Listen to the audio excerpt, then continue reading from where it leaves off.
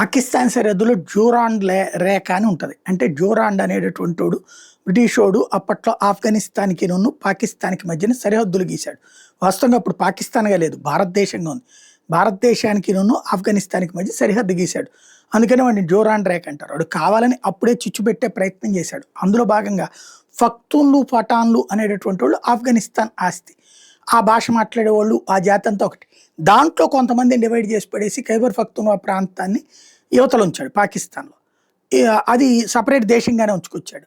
దాంతో ఆ ఖైబర్ పఖ్తూన్‌ఖ్వాని పాకిస్తాన్ ఆక్రమించుకున్నప్పుడు చివరికి పఠాన్‌లకి, పఖ్తూన్‌లకి ప్లేస్ లేకుండా పోయింది. వాళ్ళు ఇప్పుడు తిరగబడుతుంటారు, పాకిస్తాన్‌తో స్నేహం చేస్తారు, కొడుతుంటారు, చంపుతుంటారు, మళ్ళీ ఈళ్ళు చస్తుంటారు, మళ్ళీ కలుసుకుంటుంటారు. ఇది ఒక విచిత్రమైనది జరుగుతుంది.